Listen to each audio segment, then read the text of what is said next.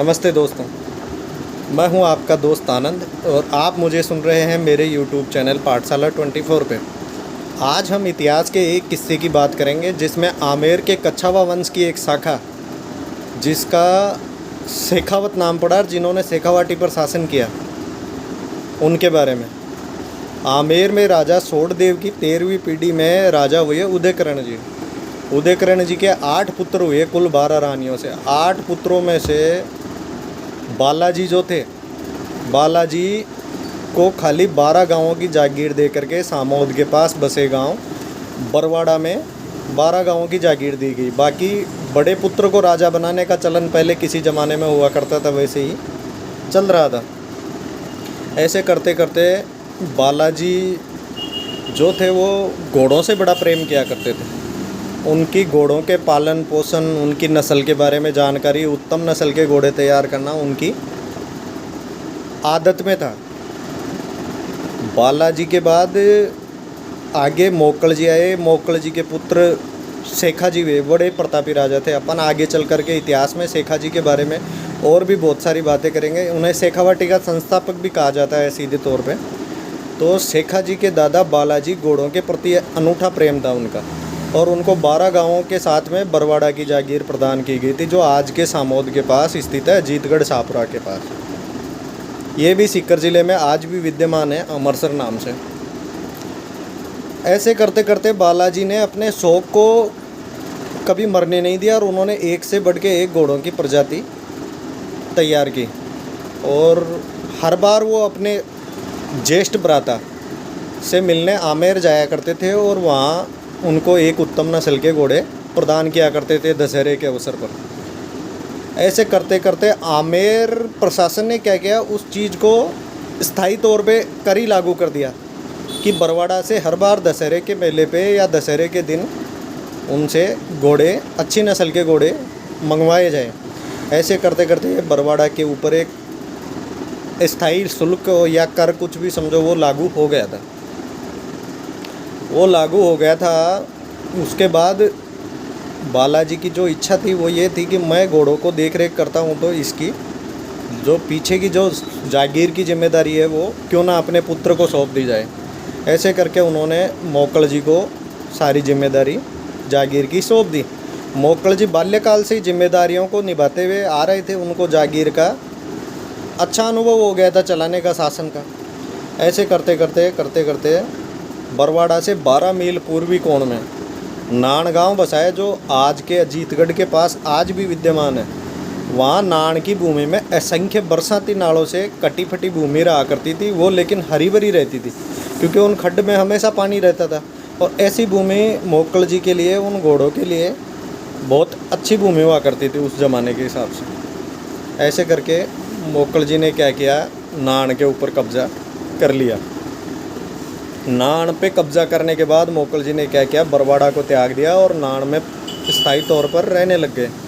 वहाँ पे उन्होंने अपने घोड़ों के लिए अच्छी जगह ठाण बनवाए। ठाण बोले तो देसी भाषा में घोड़ों के रहने का, बांधने का स्थान। आज भी वो जगह अजीतगढ़ के पास नान गांव में विद्यमान है, जिसको घोड़ा खुर्रा के नाम से आज भी लोग जानते हैं। ऐसे करते करते मोकल जी ने बहुत ज़्यादा ये किया। मोकल जी वैसे तो अपनी जागीर का जो शासन थे वो अच्छे तरीके से चला रहे थे, लेकिन प्रौढ़ अवस्था तक पहुँचते पहुँचते मोकल जी को संतान का सुख नहीं मिला था। उनको कोई भी संतान नहीं थी। वो इसी चीज़ से चारों तरफ से घिरे हुए थे, परेशान थे।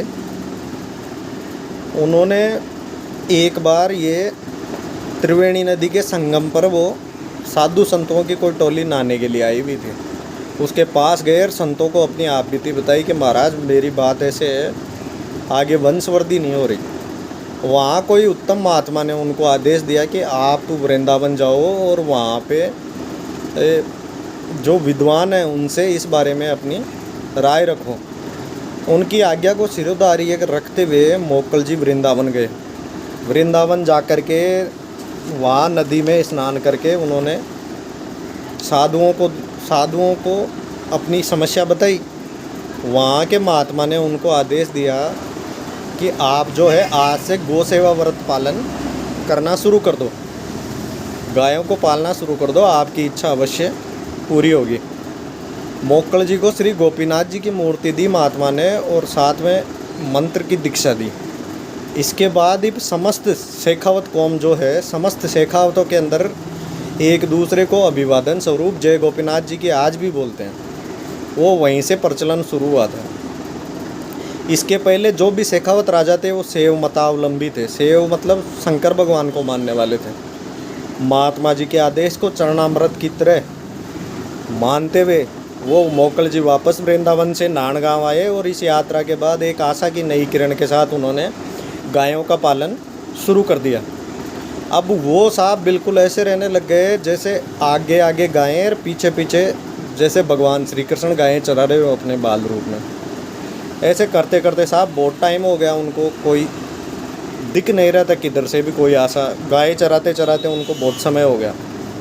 उनके जागीरदार भी शर्म से झुके हुए थे कि महाराज आप गायें चराते हो, हमें ही बता दो, आप जागीरदार आदमी एक गाय चराए तो अच्छा थोड़ी लगे। उसके सेवक तैयार खड़े, आखिर 12 गाँवों के मालिक थे वो।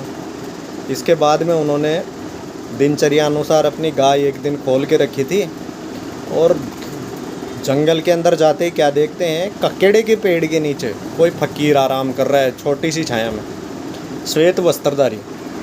उन्होंने उसको गौर से देखते रहे, दूर खड़े रहे शांति से। उसके बाद में जब फकीर की नींद्रा खुली तब उसके पास गए और हाथ जोड़कर विनती की, हे बाबा आप मेरे को अगर कुछ दे सकते हैं तो सिर्फ इतना दो कि मुझे पुत्र प्राप्ति हो। तो वो बाबा जो थे उस ज़माने में, बाबा संत फकीर ये जो हुआ करते थे वो माने हुए सिद्ध हुआ करते थे साहब। तो बाबा जो थे, बाबा ने उनको बोला कि तेरे को अवश्य पुत्र की प्राप्ति होगी, तूने ये जो गौ सेवा का पालन कर रहे हो ये बहुत अच्छी चीज़ है। और ये जो महान संत थे, फकीर जो थे, उनका नाम था शेख बुरहान चिश्ती। वो अपने दौरे से इधर उधर घूमते रहते हैं साधु संत आदमी, तो वो उधर अपनी डोणी रमा के बैठे थे थोड़ी देर के लिए, फिर चल देंगे ऐसा समझ के। तो वो साधारण फकीर नहीं थे, वो थे शेख बुरहान चिश्ती। उन्होंने फिर क्या किया, उनकी समस्या का समाधान किया और उनको बोला कि साहब आपको लड़का अवश्य होगा, और लड़का भी ऐसा वैसा नहीं होगा, बहुत प्रतापी राजा होगा साहब, प्रतापी राजा होगा। ऐसे करते करते करते करते कुछ समय और व्यतीत हो गया, और कुछ समय और व्यतीत हो गया तो शेखा जी को लड़का जब नहीं हो रहा था, तो मोक्कल जी को जब लड़का नहीं हो रहा था, तो उन्होंने सोचा कि कहीं ना कहीं मैंने ये नानगांव में डहेलिया राजपूतों के किले पे जो अधिकार किया है इसकी वजह से तो ऐसा नहीं है, क्योंकि वो भी सारे निसंतान थे। ये संशय खा रहा था उनको। इसी दौरान उनको उनकी जो रानी थी निर्बाण जी, उनके गर्भ से एक यशस्वी पुत्र का जन्म हुआ। मोक्कल जी की खुशी का कोई ठिकाना नहीं रहा इस उम्र में जाकर के उनको पुत्र प्राप्ति हुई जो। इसके बाद में उनका नाम उसी महान फ़कीर शेख बुरहान चिश्ती के नाम पे शेखा रखा गया, शेखा रखा गया। और उनकी जो जन्म की तारीख है वो इतिहासकारों के अनुसार अश्विन शुक्ल दशमी विक्रमी संवत 1490 को, यानी कि 24 सितंबर ईस्वी सन 1433 को माना जाता है। और वो एक दशहरे का दिन था, विजयदशमी के अवसर पर ये पुत्र प्राप्ति हुई थी। इसीलिए इतिहासकारों ने कहा है, अर्कवार दशमी विजय कवार सकुल सिद्ध काम, जिन दिन सेखो जलमियो, जिन दिन सेखो जलमियो बरवाड़े बरियाम। उनके बारे में ये भी मान्यता है कि उनका जन्म साहब बरवाड़ा में हुआ था। ये अलग अलग मत है। अब मोक्कल जी को जब शेखा जैसे पुत्र की प्राप्ति हो गई, उसके बाद में मोक्कल जी जो थे ज़्यादा अवस्था के तो थे ही पहले से, और जब शेखा 12 वर्ष की उम्र तक पहुंचा तो उन्होंने शेखा के बचपन को पूरे तरीके से जिया।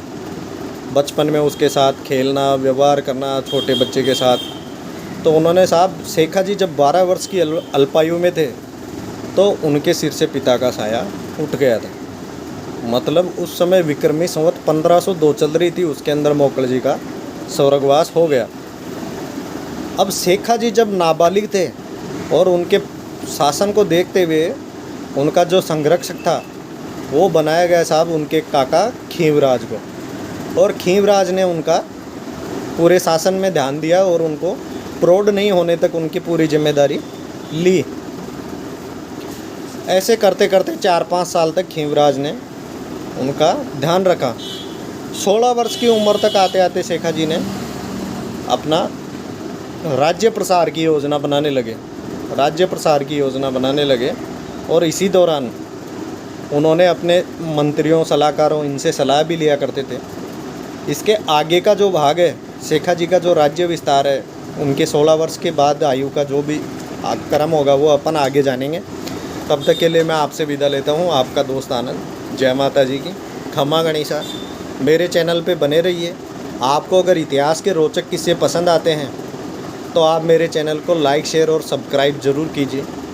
और आपके पास अगर 10-15 मिनट अपने इतिहास को जानने के लिए है तो मेरे चैनल को ज़रूर सब्सक्राइब कीजिए और बेल आइकन बटन ज़रूर दबाएं। धन्यवाद। जय माता दी।